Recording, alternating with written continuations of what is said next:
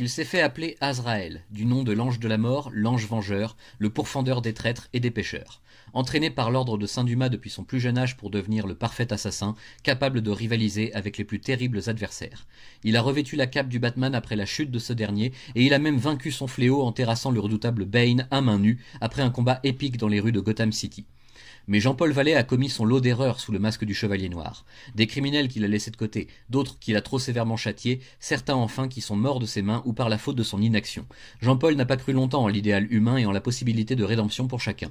Seule âme pieuse dans un monde de péché et de vices, dans une ville parcourue chaque nuit par le mal, Jean-Paul s'est muré à l'intérieur d'une armure high-tech et a fait de son combat contre le crime une véritable croisade moderne, ne laissant rien ni personne l'arrêter ou même le ralentir. De son côté, Bruce Wayne est de retour à Gotham depuis peu, mais son ambition de mener une vie tranquille est rapidement abandonnée quand il se rend compte de la folie de son successeur et des risques insensés qu'il fait courir à la ville et à ses habitants.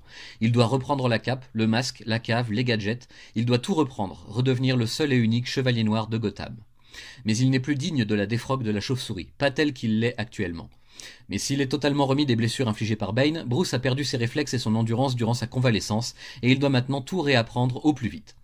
Une seule personne est capable selon lui de l'entraîner assez dur et assez rapidement pour que tout lui revienne. C'est donc le cœur gros qu'il se rend auprès de Lady Shiva, la plus grande combattante et assassin qui ait jamais vécu, à ce que l'on raconte. Shiva accepte de l'endurcir et de l'entraîner en envoyant contre lui toute une horde de ninjas et de maîtres en divers styles de combat mortels.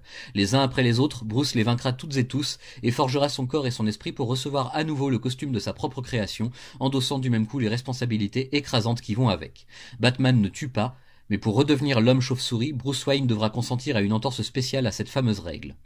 Chaque nuit, Bruce sort sur les toits de la plus haute tour de la ville et teste son courage, se préparant pour le moment où il sautera enfin dans le vide pour une chute mortelle, ou révélatrice d'une force plus grande encore, dormant en lui et attendant le bon moment pour ressurgir. Avec l'aide de Robin et de Nightwing, il surveille son successeur désastreux, qui pour sa part cède de plus en plus à la folie, en proie aux hallucinations implantées dans son esprit par le système de l'ordre qu'il a élevé et a fait de lui une arme vivante. La confrontation finale se joue enfin entre d'un côté le melting pot de douleur et de violence qu'est Jean-Paul Vallée et de l'autre la résignation et le sens du devoir incarné par Bruce Wayne. L'armure et les pièges contre la ruse et l'efficacité, la fougue contre l'expérience. Au lever du soleil, Gotham fera la connaissance de son nouveau protecteur. Sera-t-il animé par une folie furieuse, refusant de se taire, ou bien par un idéal plus grand encore que les failles de sa propre personne ? C'est fini, ça y est. Les auteurs des différentes séries liées à Batman dans ce milieu des années 90 font revenir pour de bon Bruce Wayne sous le masque de la chauve-souris après bien des combats et des épreuves pour s'en montrer digne à nouveau. La plus terrible étant cette mise à mort orchestrée par Lady Shiva pour son propre plaisir, mais ne vous fiez pas aux seules apparences car Bruce a plus d'un tour dans son sac.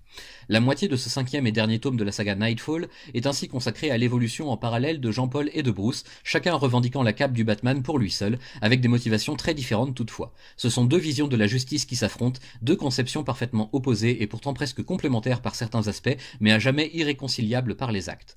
On suit les progrès de Bruce et la descente aux enfers de Jean-Paul, jusqu'au point de non-retour fatidique après lequel plus rien ne sera jamais plus comme avant.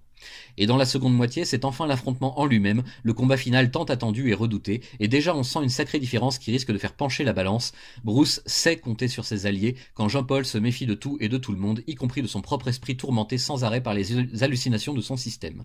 On peut aussi faire un parallèle que je trouve personnellement assez évident entre les méthodes drastiques de Jean-Paul, très représentatives de ces années 90 où les héros se devaient de frapper fort et de marquer les esprits, cette vraie envie de violence de la part du lectorat pour envoyer balader les anciens codes du genre, et le retour en grâce de la sagesse et de l'expérience au bout du compte, prouvant ainsi à toutes et tous que même les plus forts et les plus hargneux ne sont pas forcément dignes d'être des héros. Les dessins sont d'ailleurs plutôt classiques quand on lit les parties consacrées à Bruce et à son entraînement, là où au contraire les styles et couleurs se déchaînent autour du Batman incarné par Jean-Paul comme un tourbillon de haine et surtout de peur, ce que ne manquera pas de remarquer le seul et unique Batman en titre. Tout ça pour dire que tout est étudié pour différencier au maximum les deux versions du Chevalier Noir de Gotham, visuellement et narrativement parlant dans le dessin comme dans l'écriture. Une opposition permanente et apparemment sans issue pacifique, du moins dans un premier temps, car les derniers chapitres seront eux consacrés aux épilogues de la saga et nous présenteront parfois un tout nouveau visage de certains personnages, Jean-Paul le premier.